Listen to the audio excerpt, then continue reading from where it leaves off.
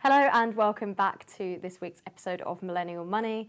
I'm here with Tom Selby and Steve Webb, and we're talking all things millennials and retirement.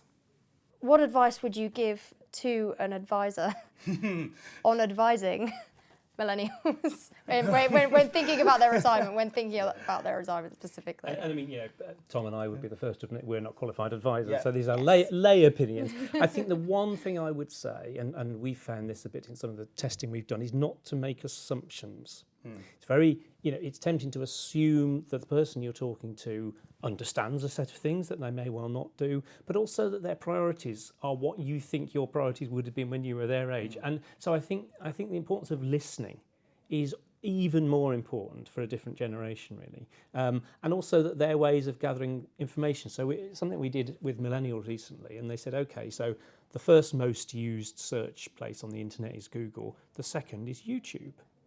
And us fuddy-duddy 50-something says, what do you mean YouTube? That's the videos, isn't it? And it's like, yeah, and they go on YouTube to find out how to do things. Now, that just wouldn't have occurred to me. So listening, doing a bit of research as to how the person you're talking to likes to get information feels crucial to me. Yeah, I mean, this is the kind of stuff that good advisors are good at anyway. And certainly all the advisors I've ever spoken to, granted, I'm in I've been in a position of being a journalist, and now in my current job where perhaps I might be treated by an advisor different to how they might treat someone else. But I think generally the role of a good advisor is to be a good communicator, and is to listen. If you've got a good advisor, they'll listen to what your needs are, they'll listen to your personal circumstances, and they won't make a judgment based on how young you might look or what they think you should be doing or anything like that. A good advisor will talk you through your wants, your needs, and your aspirations. Then they'll build a plan around those different things. So I think I guess communicating with younger people is quite similar really to communicating with anyone else. It's making sure that they feel comfortable in the conversation and listening to what they want to do, and then coming up with solutions around that. A pension is not the only long-term investment vehicle out there. We also have the Lifetime ISA, to name one. Is a pension the best vehicle for millennials, and is it going to continue to be, or are things going to move to kind of more ISA-centric? I know some people are calling for that quite strongly. The Lifetime ISA is a tricky one, I think, for a lot of people. Clearly, if you're a basic rate taxpayer, then the Lifetime ISA can look attractive as a kind of top up to any automatic enrolment savings, provided that you qualify for it. And then in terms of ISA, I mean, I think for most people, this isn't a kind of Sophie's Choice thing where you've got a pension or an ISA or a Lifetime ISA. The vast majority of people will have a bit of a mix of everything. It'll be the workplace pension at the start, and then maybe a bit of personal pension on top of that, depending on where you are and what your priorities are. A bit of Lifetime ISA if you want to buy a first home, or you're a basic rate taxpayer, and that potentially would be attractive to you. And then ISA savings, perhaps the things that you might want in an emergency in the nearer term. I think the way LISAs have developed is quite intriguing, really, because there's big fanfare, and this was all in one product. Help you buy a house, then save for your retirement, because the Chancellor of the time said, pensions haven't worked for young people. Just at the point we put 2 million young people into pensions, which wasn't helpful. And then, of course, the first Lifetime ISAs were all cash. Because actually, the other way around, we're all stocks and shares, weren't they? Because the people who produced them realised that if this was going to be an investment for a pension, you didn't want it in cash for 40 years or something. So you get all these stocks and shares licenses with pretty lamentable take-up, because under 30s in particular don't like investing in stocks and shares in ordinary ISAs, so why would they in a LISA?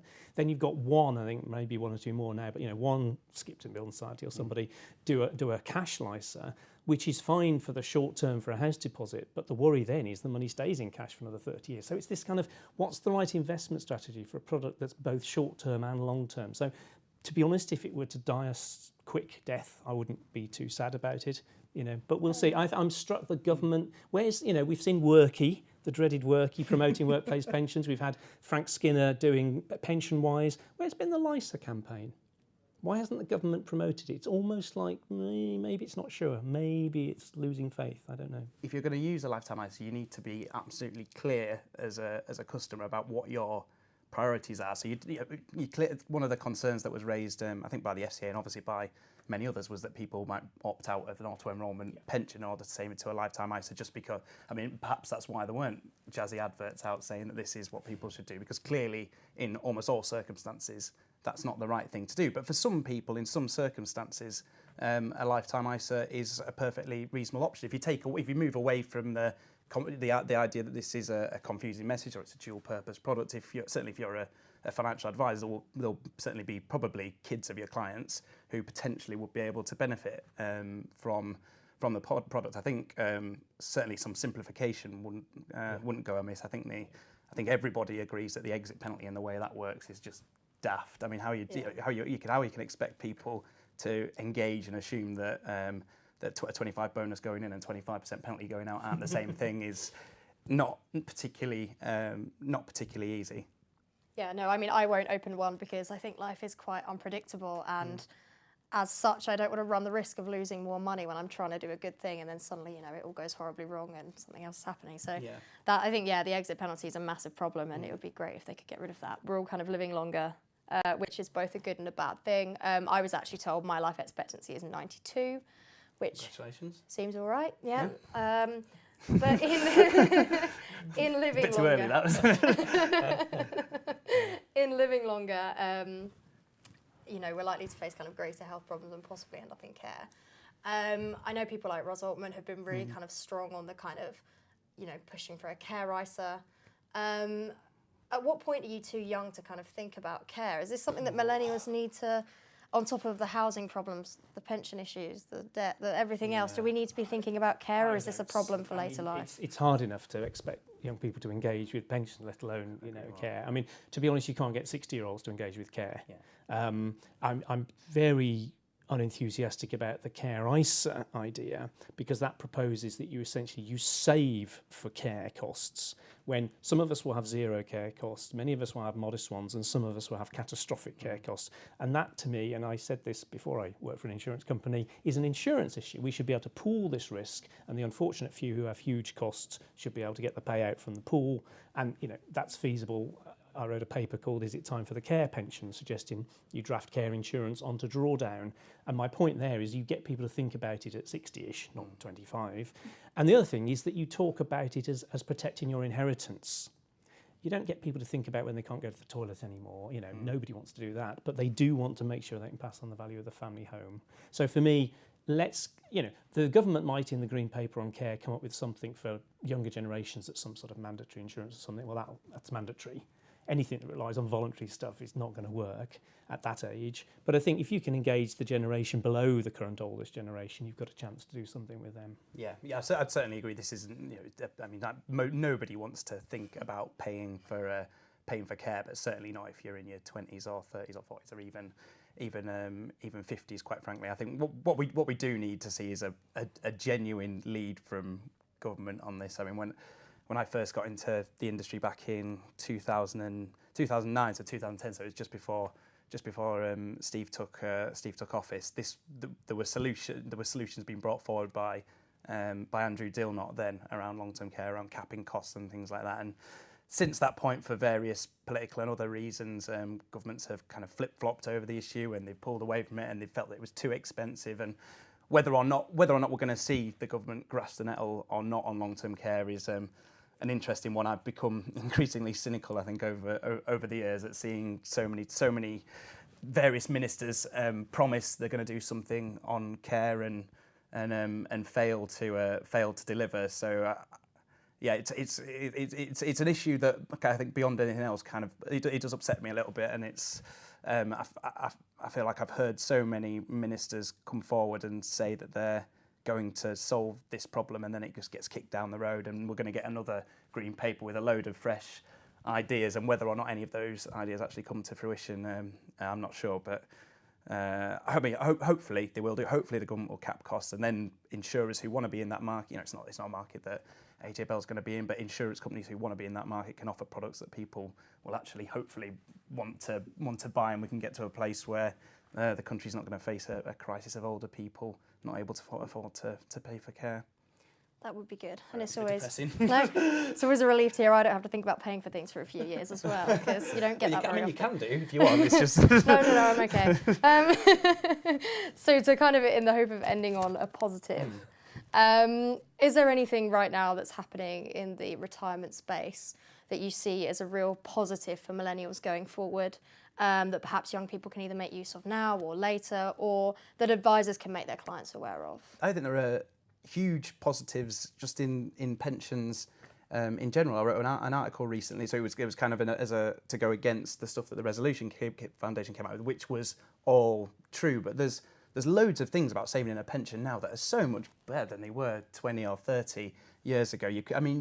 The vast majority of people can know that if they save in a pension, and certainly in a workplace pension, the money should be safe. There are strict regulatory requirements on the providers on the amount of money that they have to hold in reserve. There's a charge cap in workplace schemes. You've got charges are coming down across the board. You can save and invest for less than 50 basis points. I mean, that idea would be totally fanciful 25, 30 years ago. You could do that with an advisor and pay 1.5%, maybe 1%. To invest your money, you can choose between funds and shares from around the world. You don't have to. People used to have to kind of cut out vouchers in order to invest their money and things like that. And they would have somebody knocking on the door who perhaps wasn't subjected to the regulatory standards that exist today and might sell them something that wasn't the right thing. People can be more confident today that won't happen than they would be in the past. I'd never say that you can be entirely confident that your money's safe. Clearly, the issue of scams has been a big one in the last couple of years. But I think the environment that young people have got to save in now is actually an incredibly positive one. And I think there's a lot of providers out there doing a lot of good things. And I think we can be a bit too doomy and gloomy about it. And actually, I think the industry as a whole has come a long way, particularly since the RDR. And I think tone is the key. So often, I occasionally see draft press releases from my own firm and others that are all about put that latte down. Make the sacrifice. You really ought to, and the finger wagging. It doesn't need to be like that. I think, as Tom said right at the start, pensions now have far more choice than they ever had before. Yes, that brings responsibility and it brings a measure of uncertainty as well, hence the need for good quality advice. But actually, I don't know about each of you, but I used to be able to clear a room by saying I worked in pensions. Now people come across the room to talk to me genuinely, because there is engagement. Now, all right, I'm not pretending 25-year-olds come across the room to talk to me about pensions, but this sense that the message can be this isn't about sacrifice and morality. This is about you, your quality of life, how long you want to go on working for. If you want to have plenty of time, retirement to do things. That's what this money is about. It's not about being a good person particularly, it is a flexible thing which, instead of being this kind of, you've got to buy this income for life and it doesn't look very exciting, it's actually a pot of money. Yes, of course, you can't spend the same pound twice, we can't be irresponsible about it. But I think there is now potential for a much more positive message. There isn't finger wagging, that's actually encouraging and saying the more you build, the more choice you've got. Fantastic. Yes, I'm very sick of being told if I stop eating avocados, I'm going to be financially well off, which, yeah. Well, thank you so much for coming. I really, really appreciate your being here. And please do tune in for the next Millennial Money.